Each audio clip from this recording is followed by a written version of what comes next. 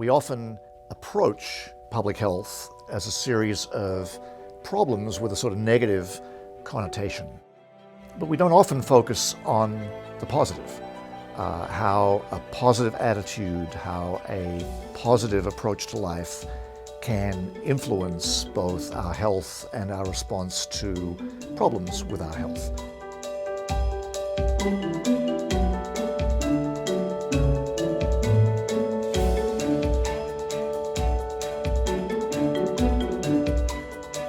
Happiness is as much social as it is psychological, building a sense of community and commonality. That means engagement with other people, a sense of fellowship.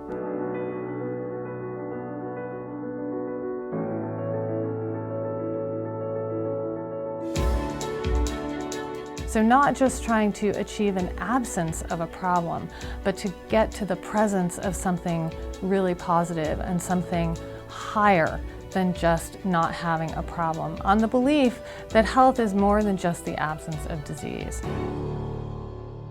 With the establishment of the center, we are excited to have the opportunity to work on a different kind of science, to work on a science that is not solely focused on deficits and problems, but can begin to understand what are strengths and assets that people need in order to promote health, to maintain health, to achieve longevity that is not just longer lived, but healthier lived.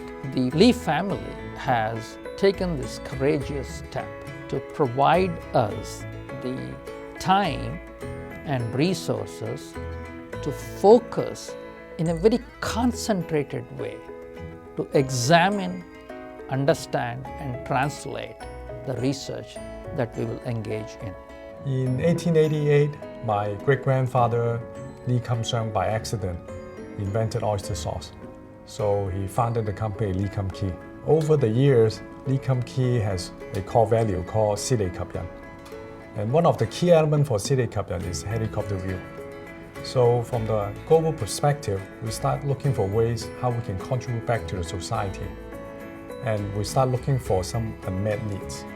And at the end, we found two unmet needs, which is health and happiness. This really embodies the vision of wise philanthropists really leveraging opportunities at Harvard and across the globe to bring attention to and to enable us to study a critically important set of issues that relate to health. The Harvard Chan School is the right home for this center because we have a uniquely multidisciplinary faculty that can bring expertise and experience to bear on this set of issues, from psychology, communications, basic science, policy. Only at the Harvard Chan School and more broadly at Harvard University can we get input from such a wide range of faculty expertise. This is the right time to make an investment in a center of happiness, because the science of happiness has brought us to a point where the addition of public health insights can make a decisive difference to the future direction of the field. The impact of the Center for Health and Happiness is to bring even more coherence to the study of well-being and health, to look at it in a global context, and to look at how different cultural traditions, different cultural definitions of happiness and well-being bear on the health of people around the world. The biggest opportunity, or biggest set of opportunities of this center stem from two areas. One, understanding clearly, cogently, how health, happiness, and well-being are related to each other and what factors drive that connection and link. Number two, taking that scientific base and translating it to inform policymakers and practitioners on how to address some of these problems.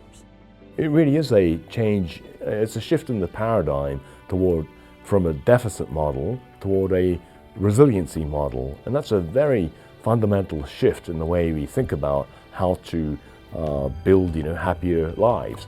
And one of the big questions that's come up is, what is the best way to measure positive psychological well-being? So a goal of the center is going to be to look at this question, to develop the best possible measure of positive psychological well-being that will enable us to assess how people are doing in terms of mental health, and then to understand how that mental health may affect physical health down the road. And our hope is that such a positive psychological well-being index can be used for research and monitoring around the world. Through the center, we can have a better way to measure health and happiness. Through different research projects, we can have a better understanding what is the importance of health and happiness, and hopefully more people can increase their awareness and taking more preventive measure, and eventually more people become healthier and happier. I think the science of happiness has the promise of redirecting the ends of social and economic policy. That's a huge, huge agenda.